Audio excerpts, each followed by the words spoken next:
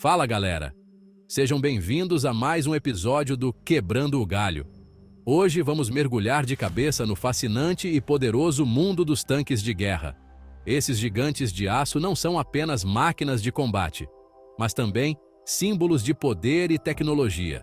Se preparem para conhecer dois titãs da Guerra Fria, o canhão soviético D-10 de 100 mm e o britânico L-7 de 105 mm. Imaginem a força e a precisão dessas armas.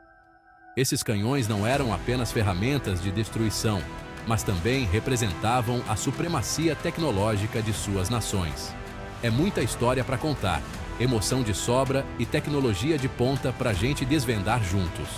Vamos explorar como esses tanques foram desenvolvidos, suas características técnicas e o impacto que tiveram nos campos de batalha. Naquele clima tenso de Guerra Fria, a União Soviética e os países da OTAN viviam em pé de guerra, prontos para um possível conflito. A corrida armamentista era intensa e cada lado buscava superar o outro em poderio militar. Cada lado desenvolvia armas cada vez mais poderosas, e os tanques eram peças-chave nesse jogo de poder. Eles não eram apenas veículos de combate, mas também símbolos de intimidação e força. Os canhões D-10 e L-7 representavam o que havia de mais moderno na época. O D-10, com seu design robusto e poder de fogo, era uma verdadeira obra-prima da engenharia soviética. Já o L-7, com sua precisão e capacidade de penetração, se tornou um dos canhões mais respeitados e utilizados no mundo ocidental. Vamos também dar uma olhada nos bastidores da criação desses gigantes, conhecendo os engenheiros e cientistas que dedicaram suas vidas para desenvolver essas máquinas incríveis. A inovação e a dedicação desses profissionais foram fundamentais para o avanço da tecnologia militar. E não podemos esquecer dos soldados que operavam esses tanques. Eles passaram por treinamentos rigorosos e estavam sempre prontos para enfrentar qualquer desafio no campo de batalha. A coragem e a habilidade desses homens eram tão impressionantes quanto as máquinas que eles comandavam. Os tanques eram projetados para enfrentar os terrenos mais difíceis, desde desertos áridos até florestas densas e áreas urbanas. A versatilidade e a resistência dessas máquinas eram impressionantes, e elas desempenharam um papel crucial em muitas batalhas decisivas. Hoje, vamos ver como a tecnologia dos tanques evoluiu desde a Guerra Fria até os dias atuais. A inovação não parou, e os tanques modernos são ainda mais avançados e poderosos. Vamos comparar os tanques da época com os de hoje e entender como a engenharia militar continua a moldar o campo de batalha. Então, fiquem ligados e preparem-se para uma viagem emocionante pelo mundo dos tanques de guerra. Vamos descobrir juntos os segredos e as histórias por trás desses gigantes da Guerra Fria. Até a próxima, galera! A história do D-10 começa logo depois da Segunda Guerra Mundial. Com o fim do conflito, as nações estavam em uma corrida para desenvolver tecnologias militares superiores. A União Soviética, de olho nos tanques pesados alemães, queria algo ainda mais parrudo. Os engenheiros soviéticos estudaram minuciosamente os tanques alemães capturados, buscando maneiras de superá-los. Assim, em 1952, surge o D-10, um canhão de 100 mm que equipava o tanque T-54. Este canhão foi projetado para ser mais eficiente e letal do que qualquer coisa que os alemães tivessem. O D-10 era uma arma e tanto para a época. Sua precisão e poder de fogo eram impressionantes, tornando-o uma ferramenta formidável no campo de batalha. Ele podia transformar os tanques inimigos em sucata com seus poderosos projéteis. A capacidade de penetrar blindagens espessas fez do D-10 uma arma temida por seus adversários. Além disso, era fácil de produzir em massa, o que o tornou o canhão padrão de diversos tanques soviéticos, como o T-55 e o T-62.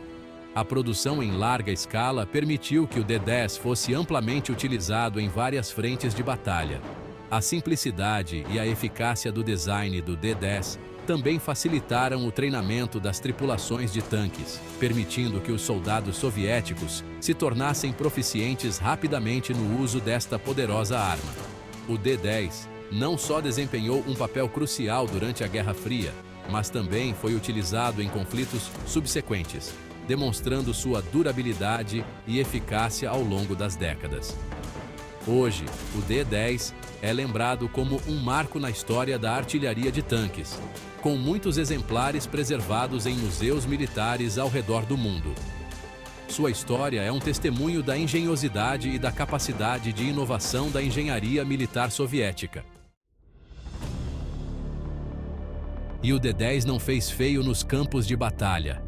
Ele participou da Guerra do Vietnã, da Guerra dos 6 Dias e de muitos outros conflitos. Sua fama era de um canhão confiável e poderoso, que botava terror nos inimigos. Os países do Pacto de Varsóvia também adotaram o D-10 em seus tanques, tornando-o uma presença constante nos campos de batalha. Sua capacidade de penetrar blindagens e sua letalidade em campo aberto o consagraram como um dos grandes canhões da Guerra Fria. Enquanto isso, do outro lado da cortina de ferro, os britânicos não estavam dormindo em serviço. Eles também queriam um canhão de respeito para seus tanques. Assim, em 1959, surge o L-7, um canhão de 105 mm que equipava o tanque Centurion. O L-7 era revolucionário, gente. Ele era mais preciso que o D-10 a longas distâncias, graças à sua munição superior e ao seu design avançado. Era a resposta britânica à ameaça dos tanques soviéticos. Seção 5 – Precisão em Batalha. O L-7 em combate. O L-7 também deu as caras em diversos conflitos. Ele foi usado com sucesso na Guerra do Vietnã, na Guerra do Yom Kippur e em outros cenários de combate. Sua precisão e poder de fogo o tornaram uma arma temida. O L-7 foi adotado por diversos países da OTAN, tornando-se um dos canhões mais populares do mundo. Sua versatilidade permitia que ele fosse usado em diferentes tipos de tanques, desde os médios até os mais pesados, tipo um peso pesado no octógono. Seção 6. Duelo de titãs. Comparando o D-10 e o L-7. Imaginem esses dois monstros se enfrentando. O D-10 e o L-7 eram armas poderosas, mas com características diferentes. O D-10 era mais simples e resistente, tipo um trator, enquanto o L-7 era mais sofisticado e preciso, como um relógio suíço. Em um confronto direto, o L-7 tinha a vantagem a longas distâncias, enquanto o D-10 levava a melhor nos combates corpo a corpo. A decisão de qual canhão era superior dependia da situação e da habilidade dos soldados. Seção 7. Vantagens soviéticas. Pontos fortes do D-10. Apesar de suas limitações, o D-10 tinha seus truques. Ele era mais barato e fácil de produzir que o L-7, o que permitiu que os soviéticos equipassem um montão de tanques com essa arma. Além disso, o D-10 podia disparar munições HAT, que eram um pesadelo para blindagens, mesmo a longas distâncias. Essa característica o tornava uma ameaça para os tanques ocidentais, mesmo com a desvantagem em precisão. Seção 8. Fraquezas em campo. Desafios do D-10. Mas nem tudo eram flores para o D-10. Sua precisão inferior a longas distâncias era um problema, especialmente contra oponentes equipados com o L-7. Além disso, sua gama de munições era menor que a do L-7, limitando suas opções táticas. Com o tempo, a tecnologia avançou e o D-10 começou a ficar para trás. Os novos tanques ocidentais eram mais blindados e equipados com sistemas de controle de tiro mais avançados, tornando o D-10 menos eficaz. Seção 9. Legado em aço. O impacto dos canhões. Nesta seção, vamos explorar a influência duradoura dos canhões de tanques na história militar e como eles moldaram o campo de batalha moderno. O D-10 e o L-7 marcaram época na história militar. Esses canhões não eram apenas armas poderosas, mas também símbolos de avanço tecnológico e poderio militar. O D-10, com seu calibre de 100 mm, foi um dos principais canhões usados pelos soviéticos durante a Guerra Fria, enquanto o L-7, com seu calibre de 115 mm, foi amplamente adotado pelos países da OTAN. Eles representaram o que havia de mais moderno na época e moldaram a forma como as batalhas de tanques eram travadas durante a Guerra Fria. A precisão e a potência desses canhões permitiram que os tanques se tornassem uma força dominante no campo de batalha, mudando a estratégia militar e influenciando o design de veículos blindados por décadas. Embora hoje estejam ultrapassados, esses canhões nos lembram da importância da inovação tecnológica e do impacto que as armas podem ter no curso da história.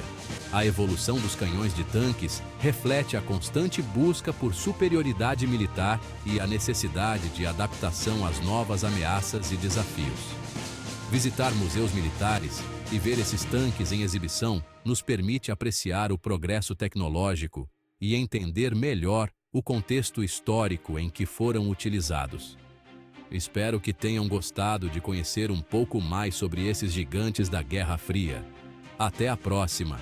Não se esqueçam de se inscrever no canal e deixar seus comentários sobre qual tanque ou canhão vocês acham mais fascinante. Nos vemos no próximo episódio, onde continuaremos a explorar a história militar e suas incríveis inovações.